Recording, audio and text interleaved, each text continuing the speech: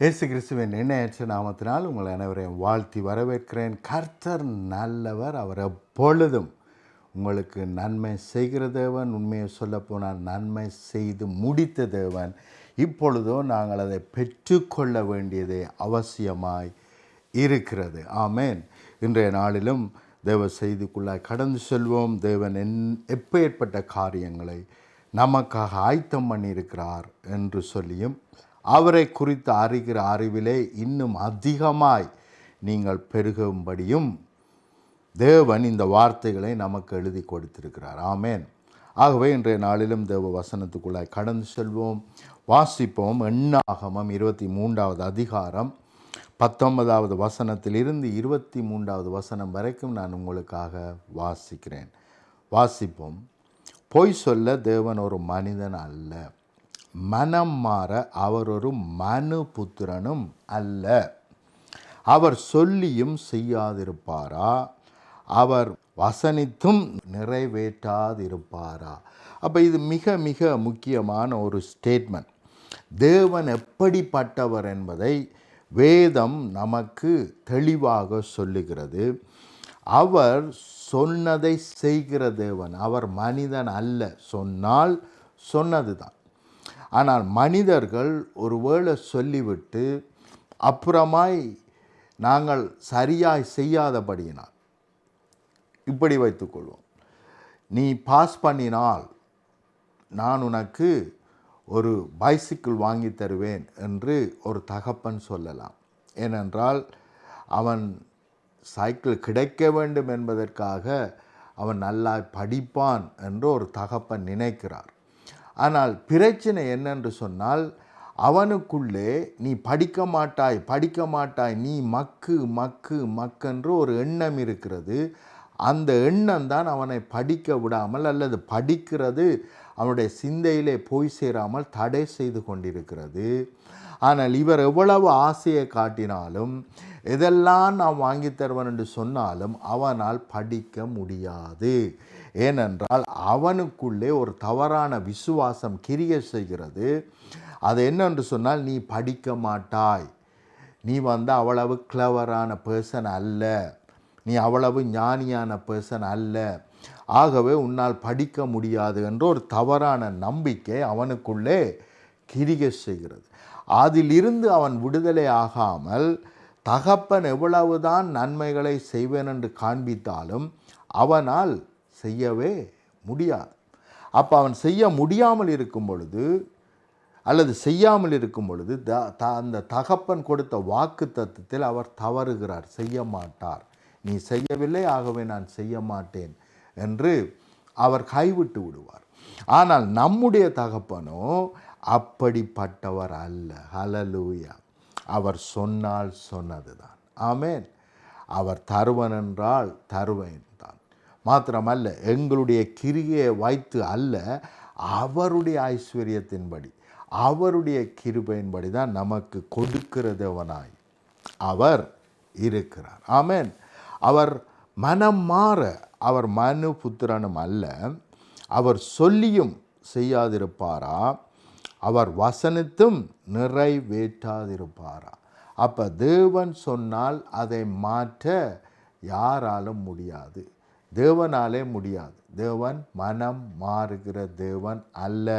நேற்றும் இன்றும் என்றும் அவர் மாறாத தேவன். ஆமேன். கவனியுங்கள். இதோ ஆசீர்வதிக்க கட்டளை பெற்றேன். அப்போ இங்கே பார்க்கிறோம், பீலியாம் என்னும் தீர்க்கதரிசி இவர்களை சபிக்கும்படி அங்கே வருகிறான். ஏனென்றால் பாலாம் என்கின்ற ராஜா இவர்களை சபிப்பாயானால் உன்னை நான் ஆசீர்வதிப்பேன், நீ சபிக்கிறவர்கள் சபிக்கப்பட்டிருப்பார்கள், நீ ஆசீர்வதிக்கிறவர்கள் ஆசீர்வதிக்கப்பட்டிருப்பார்கள். ஆகவே பீலியாம் என்னும் தீர்க்கதரிசியே, நீர் இஸ்ரவேல் ஜனங்களை சபியும் என்று அவன் அழைக்கிறான். ஆனால் இங்கே சபிக்க வந்தவனுடைய வாயை துறந்து தேவன் என்ன செய்கிறார்? இதோ ஆசீர்வதிக்க கட்டளை பெற்று தேவன் கட்டளையிடுகிறார், நீ அவர்களை சபிக்க கூடாது, நீ ஆசீர்வதித்தே ஆக வேண்டும். ஹல்லேலூயா. கவனியுங்கள் பிரியமானவர்களே, இது மிக மிக முக்கியமான காரியம். கவனியுங்கள், பீலியாம் ஒரு மனுஷன், ஆனால் தேவன் சொல்லுகிறார், உன்னுடைய வாயிலே வல்லமை இருக்கிறது. உன்னுடைய வாயிலே வல்லமை இருக்கிறது. எல்லா மனுஷருடைய வாயிலும் நாவிலும் தேவன் வல்லமையை கொடுத்திருக்கிறார். அவர்கள் நல்லவர்களாக இருக்கலாம், தீயவர்களாக இருக்கலாம், ஆனால் எல்லாருடைய வாயிலும் நாவிலும் வல்லமை இருக்கிறது. ஆகவே தேவன் சொல்லுகிறார், நீ சபிக்க கூடாது. கவனியுங்கள், தேவனுக்கே தெரியும் பீலியாம் சபித்தால் அது நடக்கும். ஆகவே சொல்லுகிறார், நீ சபிக்க கூடாது, நீ போய் அவர்களை ஆசீர்வதி என்று சொல்லுகிறார். ஆகவே இன்றைய நாளிலே நாங்கள் கற்றுக்கொள்ள வேண்டியது என்ன? நாங்கள் சபிக்கக்கூடாது. உன்னை சபிக்கிறவர்களையும் நீ ஆசீர்வதி என்று தான் நாங்கள் தேவனிடத்திலிருந்து கட்டளை பெற்றிருக்கிறோம். ஆமேன். கிறிஸ்தவர்களாகிய நாங்கள் மற்றவர்கள் நம்மை சபித்தாலும் நாங்கள் மற்றவர்களை ஆசீர்வதிக்கும்படி கட்டளை பெற்றிருக்கிறோம். ஆமேன். மற்றவர்களுக்கு சாபமாய் வாழக்கூடாது. இன்றைக்கு தேவனுடைய பிள்ளைகள், ஊழியக்காரர்கள் நிறைய பேர் என்னவாக இருக்கிறோம்? சாபமாக இருக்கிறோம். மற்றவர் சபையிலே போய் ஆத்துமாக்களை திருடுவது, மற்றவர்களை குறித்து போய் சொல்லுவது, புறம் கூறுவது, இப்படியெல்லாம் நிறைய காரியம். இன்னொரு சபை ஜனங்களை பார்த்தால் நாங்கள் எப்படி அவங்க பாவிகளாய் பார்ப்பது, இன்னொரு சமயத்தவர்களை பார்த்தால் அவர்களை பாவிகளாய் பார்ப்பது, அவைகள் எல்லாம் தேவனுடைய பிள்ளைகள். தேவனுடைய பிள்ளைகளை சத்துரு திருடி வைத்திருக்கிறான்.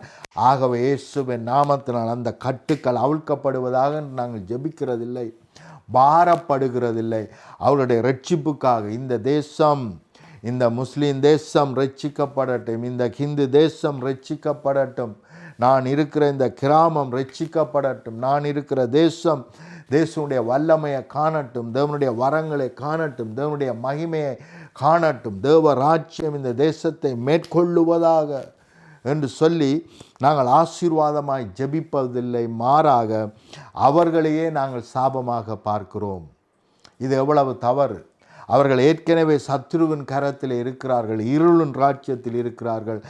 அவர்களை விடுதலையாக்கும்படிக்கே நமக்கு தேவன் வரங்களையும் வல்லமைகளையும் நமக்கு கொடுத்திருக்கிறார்.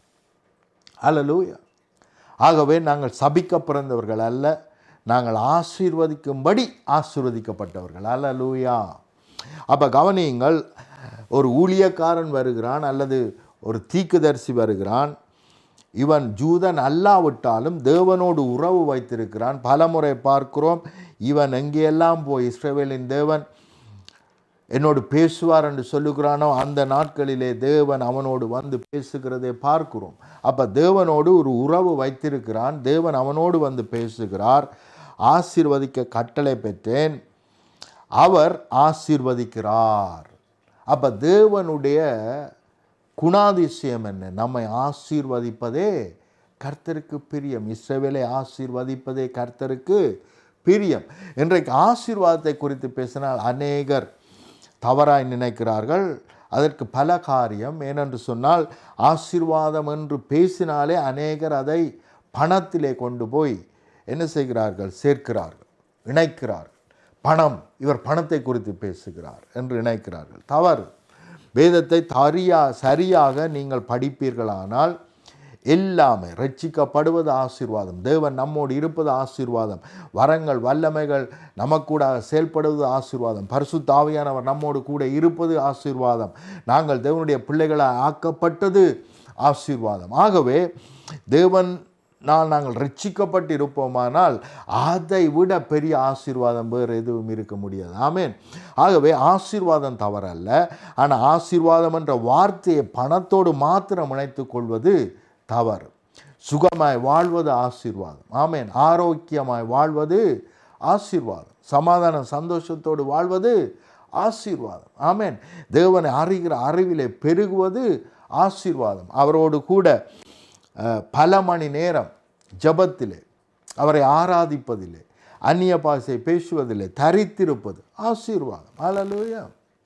அப்போ பெரிதான ஆசீர்வாதம் இவைகள் எல்லாம். அப்போ இவைகள் எல்லாவற்றையும் தேவன் நமக்கு ஆசீர்வாதமாய் கொடுத்திருக்கிறார். அப்போ ஆசீர்வாதம் என்பது பணம் மாத்திரம் அல்ல.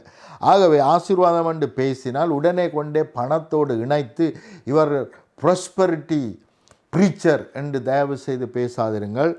நான் இயேசு கிறிஸ்துவை குறித்தும் அவருடைய சித்தங்கள் என்ன, திட்டங்கள் என்ன என்பதை குறித்தும் அதிகமாக போய் மற்றவர்களை விடுதலை ஆக்குங்கள், தேவனுடைய வல்லமை உங்களுக்குள் இருக்கிறது, வரங்கள் உங்களுக்குள் இருக்கிறது, தேவனுடைய பிள்ளைகள் ஆக்கப்பட்டிருக்கிறீர்கள், ஆகவே உங்களை தொட சத்துருவானவனால் முடியாது, சுகையினத்தினால் உங்களை தொட முடியாது, சூரியன் பகலில் சூரியன் இரவிலே சந்திரன் உங்களை சேதப்படுத்த முடியாது என்று சொல்லி நான் பேசி கொண்டிருக்கிறேன். ஆகவே தயவு செய்து என்ன செய்ய வேண்டாம், ஒரு சில வார்த்தைகளை பிடித்து கொண்டு தவறாய் புரிந்து கொள்ள வேண்டாம், சரியாக கற்றுக்கொள்வோம், அப்பொழுது தேவனுடைய மகிமையை காண்போம். ஆமென். அப்போ கவனிங்கள், அவர் சொல்லுகிறார், அவர் ஆசீர்வதிக்கிறார், அதை நான் திருப்பக்கூடாது. அப்போ கவனிங்கள், தேவன் எல்லாரையும் ஆசீர்வதித்திருக்கிறார், எல்லாருக்காகவும் மரித்திருக்கிறார், உலகத்தை அவர் சிநேகித்திருக்கிறார். அவர் சிநேகித்தபடினால் ஒரே குமாரன் என்றும் பாராமல் உலகத்தின் ரட்சிப்புக்காக அவரையே நமக்கு கொடுத்திருக்கிறார். ஆமென். இவை எல்லாவற்றையும் நாங்கள் எங்கே வாசிக்கிறோம்? யோவான் 3:14 வாசிக்கிறோம். ஆமென். ஆகவே கவனியுங்கள், தேவன் நம்மை நேசிக்கிற தகப்பனாக இருக்கிறார், நம்மை ஆசீர்வதித்த தகப்பனாக இருக்கிறார். ஆமென். சத்துரு, கவனியுங்கள், சத்துரு இதை மாற்ற முடியாது, மாற்றக்கூடாது, அது மாறுபட நீங்கள் விடக்கூடாது. ஆமென். அப்போ கவனியுங்கள், அவர் யாக்கோப்பிலே அக்கிரமத்தை காண்கிறதும் இல்லை. கவனியுங்கள், இது மிக மிக முக்கியம். கிறிஸ்துவுக்குள் நான் மன்னிக்கப்பட்ட பிறகு அவர் அக்கிரமங்களை காண்கிற தேவன் அல்ல, இஸ்ரவேலிலே குற்றம் பார்க்கிறதும் இல்லை. எங்கே இவன் குற்றம் பிடிக்கிறான், ஆகவே நான் இவனை ஆசீர்வதிக்க மாட்டேன் என்று சொல்லி அவர் குற்றம் பிடிக்கிறவரும் அல்ல, அக்கிரமங்களை காண்கிறவரும் அல்ல. அவர்களுடைய தேவனாகிய கர்த்தர் அவர்களோடே இருக்கிறார். ஹல்லேலூயா, ஹல்லேலூயா. சில வேளைகளிலே நீங்கள் பலவீனமாக இருக்கலாம். ஐயோவன் பலவீனன் என்று விட்டு விட்டு ஓடுகிற தேவன் அல்ல, நெறிந்த நாணனை முறிக்காதவர், மங்கி எரிகிற திரியை அணைக்காமல் இருக்கிற தேவன் நம்மோடு கூட இருக்கிறார். மங்கி எரிகிற திரிகளை பிரகாசிப்பிக்கிற தேவன், உலகத்தில் வந்த எந்த மனுஷனையும் பிரகாசிக்கிற தேவன் நம்மோடு கூட இருக்கிறார். ஹல்லேலூயா. அப்போ கவனியுங்கள், குற்றங்களை பார்த்து தவறுகளை பார்த்து அவர்களை விட்டு ஓடி போகிற தேவனாய் அவர் இல்லாமல் அவர்களுடைய தேவனாக கர்த்தர் அவர்களோடு இருக்கிறார். ராஜாவின் ஜெய கம்பீரம் அவர்களுக்குள்ளே இருக்கிறது. ஹல்லேலூயா. கவனியுங்கள் பிரியமானவர்களே, தேவன் எனக்குள்ளே இருக்கிறார், என்னோடு கூட இருக்கிறார், அவர் வாக்கு பண்ணினபடி என்னோடு இருக்கிறார் என்று விசுவாசிக்கிறவர்களுடைய பேச்சு நடைகள் எல்லாம் எப்படி இருக்குமென்ற ஜெய கம்பீரம், ஜெய கம்பீரம். ஹல்லேலூயா. சாதாரணமாய் பேச மாட்டார்கள். சோப்பு போட்டு அங்கே இங்கே என்ன செய்து மற்றவர்களை பிரியப்படுத்தும்படி சத்தியத்தை பேச மாட்டார். ஒரு டெலிவிஷனில் நானும் செய்தி கொடுத்திருந்தேன், இன்னொரு சகோதரனும் அங்கே வந்து செய்தி கொடுப்பார்கள். ஆனால் நான் இயேசுதான் தேவன் என்று பேசினபடியினால் அந்த இடத்திலே எனக்கு கொடுக்க வேண்டிய நேரங்களை அவர்கள் கொடுக்காமல் நிறுத்திவிட்டார். ஆனால் மற்றவருக்கோ தொடர்ச்சியாக அவர்கள் நேரங்களை காலங்களை கொடுத்து கொண்டு வந்தார்கள். ஏனென்றால் அவர் இயேசுதான் தேவன் என்று அவர் பேசவில்லை. அப்படி மொழிகி இப்படியாக அப்படியாக சரிஞ்சு பிரியப்படுத்தி நாங்கள் பேச வேண்டிய அவசியமே கிடையாது. வேதம் சொல்லுகிறது, உள்ளதை உள்ளதென்றும் இல்லாதை இல்லாதென்றும் சொல்லுங்கள், இவைகளுக்கு மிஞ்சினது தீன்மையினால், டிப்ளமேட்டிக்கால் என்று சொல்லல, பட்டர் பூசுவதனால் என்று சொல்லல, டிப்ளமேட்டிக்காய் பேசும்படி நாங்கள் அழைக்கப்படவில்லை. இயேசுவே தேவன் என்று பேசும்படி தான் அழைக்கப்பட்டிருக்கிறோம். ஹல்லேலூயா. இயேசுவும் தெய்வன் அல்ல, தெய்வம் அல்ல, இயேசுவே தேவன் என்று பேசும்படி தான் அழைக்கப்பட்டிருக்கிறோம். அதுதான் உண்மையான சத்தியம். ஹல்லேலூயா. அப்போ கவனியுங்கள், அவர்களுக்குள்ளே என்ன இருக்கிறது? ஜெய கம்பீரம் இருக்கிறது. ஹல்லேலூயா. இந்த டோர் அடைப்பட்டால் என்ன, இதை விட 1000 கதவுகளை தேவன் துறந்திருக்கிறார். எனக்கு முன்பாக திறந்த வாசலை வைத்திருக்கிறார். ஆமேன். ஒருவனும் பூட்ட முடியாது. ஆமேன். ஹல்லேலூயா. ஆகவே இதை குறித்து நாங்கள் கவலைப்படவில்லை. இன்னும் பல அதற்கு பிறகு பார்ப்பீர்களானால் எனக்கு பல டோர் தேவன் திறந்திருக்கிறார், அல்லது தேவன் எனக்கு முன்பாக திறந்த வாசலை வைத்திருக்கிறபடினால் இவைகளை நான் பெற்றுக்கொள்ளுகிறேன். ஆமேன். அப்போ தேவன் நம்மோடு இருக்கிறார் என்று சொல்லுகிற நமக்குள்ளே ஒரு அசாதாரணமான பலன், அசாதாரணமான ஒரு நம்பிக்கை, அசாதாரணமான ஒரு வல்லமை நமக்குள்ளே இருக்கிறது. ஆமேன்.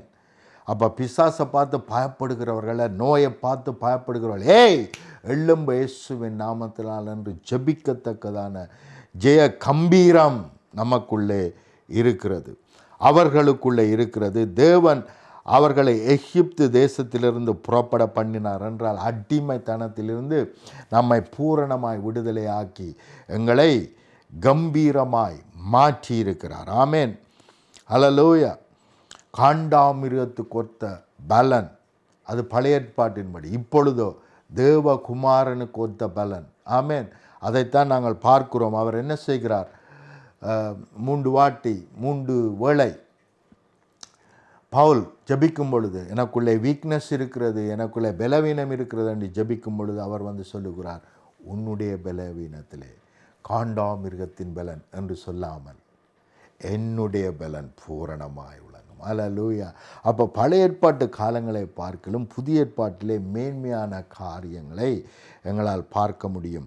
ஏன் தேவன் காண்டாமிருகத்துக்கு ஒத்த பலன் என்று அங்கே பேசுகிறார் என்று சொன்னால், அல்லது சிங்கத்துக்கு ஒத்த பலன் என்று பேசுகிறார் என்று சொன்னால், அதைத்தான் அவர்களால் பார்க்க முடிகிறது. ஆகவே அவர்களால் நம்ப முடிகிறது. ஆகவே பார்த்து நம்பினார்கள் பழைய ஏற்பாட்டு காலத்திலே. புதிய ஏற்பாட்டு காலத்திலே பார்த்து நம்பும்படி, எல்லாம் பார்க்காமல் நம்பும்படி நாங்கள் அழைக்கப்பட்டிருக்கிறோம். ஆமேன். ஆகவே தான் இயேசு சொல்கிறார், என் பலன் பூரணமாய் விளங்கும் என்று சொல்லுகிறார். ஆமேன். கவனியுங்கள், இங்கே பார்க்கிறோம், தேவன் அவர்களை எகிப்து தேசத்திலிருந்து புறப்பட பண்ணினார், காண்டாமிருகத்துக்கு ஒத்த பலன் அவர்களுக்கு உண்டு. அப்போ தேவன் நம்மோடு இருக்கிறாருன்னா அங்கே ஒரு பலன்.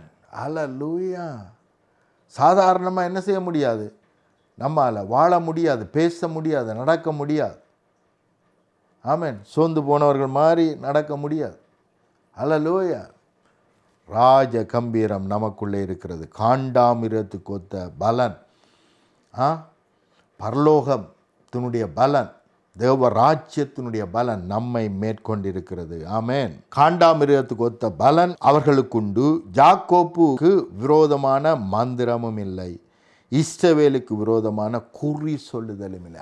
தேவன் என்ன சொல்லுகிறார்? நான் உங்களோடு இருக்கும் பொழுது, நான் உங்களோடு இருக்கிறேன் இருக்கிறேன் இருக்கிறேன் என்ற நம்பிக்கை, என்ற விசுவாசம் உங்களுக்குள் இருக்கும் பொழுது உங்களுக்குள்ளே ராஜ கம்பீரம் இருக்கிறது.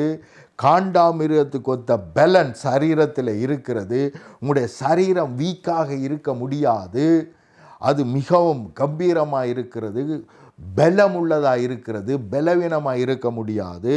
ஏனென்றால் நான் உங்களோடு கூட இருக்கிறேன். யாக்கோப்புக்கு விரோதமான மந்திரம் இல்லை, இஸ்ரவேலுக்கு விரோதமான குறி சொல்லுதலும் இல்லை என்றால் செய்வின சூனியங்கள் உங்களை தொட முடியாது. ஹல்லேலூயா.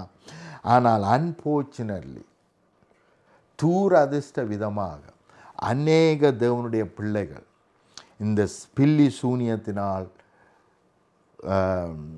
பாதிக்கப்பட்டிருக்கிறார்கள். அநேக பாஸ்டர்ஸ், தேவனுடைய ஊழியக்காரர்கள் பில்லி சூனியங்கள் என்று அறியாமல் கைகளை வைத்து ஜபிக்க போய் அவர்களுக்கு அந்த பில்லி சூனியங்களால் அவர்கள் பாதிக்கப்பட்டு தெருவிலே நாய்கள் மாதிரி குலைத்து கொண்டு ஓடின தேவனுடைய ஊழியக்காரரை கூட நான் கேள்விப்பட்டிருக்கிறேன். அவர்களுக்காக ஜெபித்து அவர்களுக்கு விடுதலையை பெற்று கொடுத்திருக்கிறேன். ஆகவே என்னத்தை பேசுகிறேன் என்று அறிந்து பேசுகிறேன்.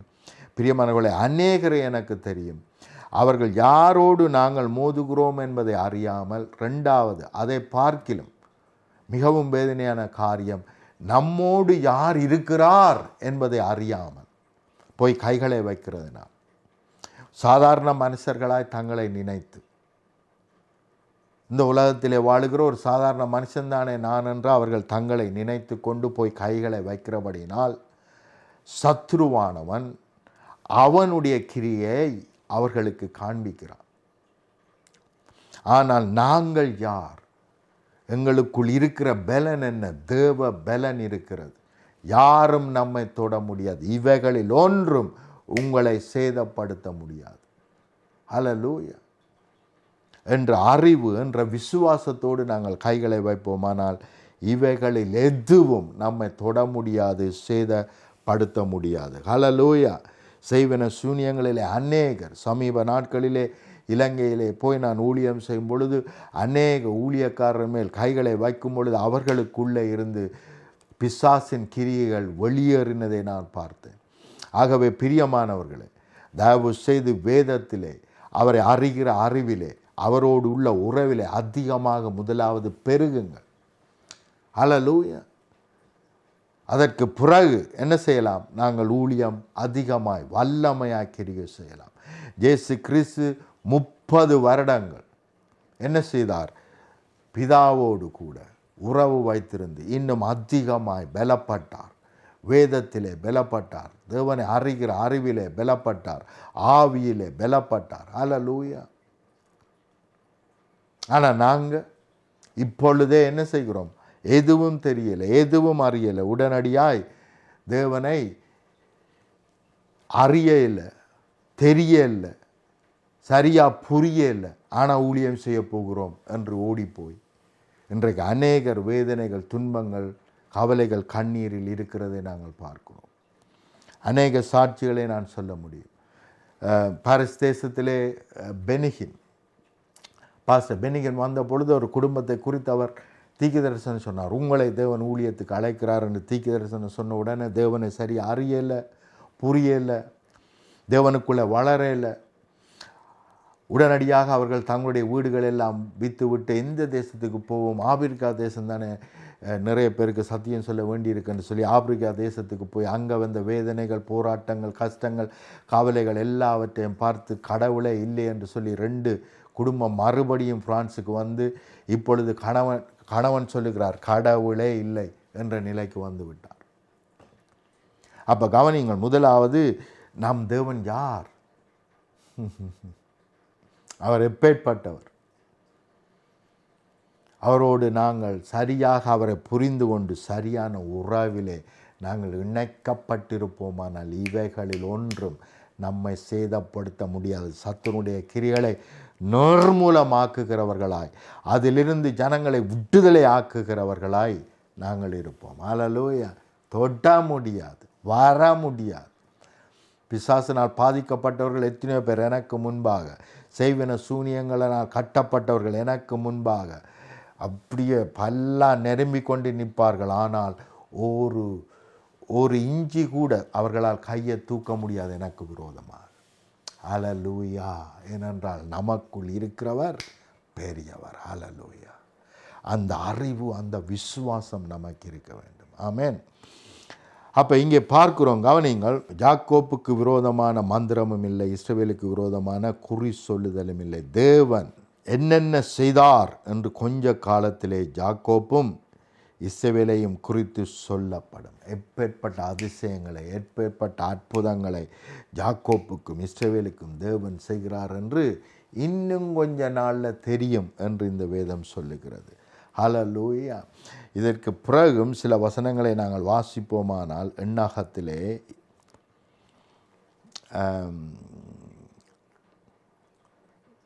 உங்களுக்கு வாசித்து காண்பிக்கிறேன். ஏனென்றால் அவர்களுடைய தன்மை எப்பேற்பட்டது என்பதை இங்கே தெளிவாக நாங்கள் பார்க்க முடியும். ஹல்லேலூயா. தேவன் எப்படியாய் நம்மை மாற்றியிருக்கிறார். ஹல்லேலூயா. அதை நாங்கள் என்ன செய்ய வேண்டும்? சரியாக புரிந்து கொள்ள வேண்டும். வாசிக்கிறேன், எண்ணாகமம் 23:24. அந்த ஜனம் துஷ்ட மிருகங்களைப் போல எழும்பும். வைல்டாக எழும்புமாம். சுஷ்ட மிருகங்கள் ஆரம் அடக்க முடியாத சிங்கத்தை போல, துஷ்ட சிங்கத்தை போல எழும்பும், பால சிங்கத்தை போல நிமிர்ந்து நிற்கும். அது தான் பிடித்த இரையை பட்சித்து, எதிரிகளை எல்லாம் அப்படியே பட்சித்து, வெட்டுண்டவர்களின் இரத்தத்தை குடிக்கு மட்டும் படுத்து கொள்வதில்லை என்றார். அப்போ இஸ்ரவேல் ஜனங்களுடைய பலன் எப்பேற்பட்ட, இது எப்பேற்பட்ட சோல்ஜர்ஸ், எப்பேற்பட்ட பரலோக சேனை இது என்பதை குறித்து இங்கே தீர்க்க தரிசனம் சொல்லப்படுகிறது. ஆகவே நாங்கள் இந்த உலகத்துக்குரிய சேனை அல்ல, நாங்கள் பரலோகத்தின் சேனை. எங்களை யாரும் என்ன செய்ய முடியாது, மேற்கொள்ள முடியாது. ஆமேன், ஹல்லேலூயா. சரியான முக்கியம். சத்துரு மேற்கொள்ள முடியாது, பில்லி சூனியங்கள் நம்மை மேற்கொள்ள முடியாது. ஆமேன். எந்த ஒரு ராஜாவும் நம்மை அழிக்க முடியாது. அதைத்தான் இங்கே தீர்க்க தரிசனமாக சொல்லப்படுகிறது. பாலாம் என்கின்ற ராஜா இவர்களை அழிக்க முடியாது. அவன் எத்தனை ராஜாக்களை கூட்டிக் கொண்டு வந்தாலும் இவர்களை அழிக்க முடியாது. இவர்கள் எழும்பி அவர்களை அழிப்பார்கள், சத்துருவை நிர்மூலமாக்கி ஜெயம் கொள்ளுவார்கள்.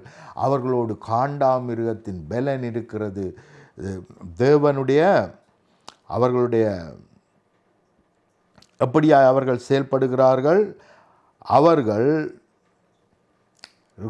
தேவ ராஜரீகம் இருக்கிறது. ஹல்லேலூயா.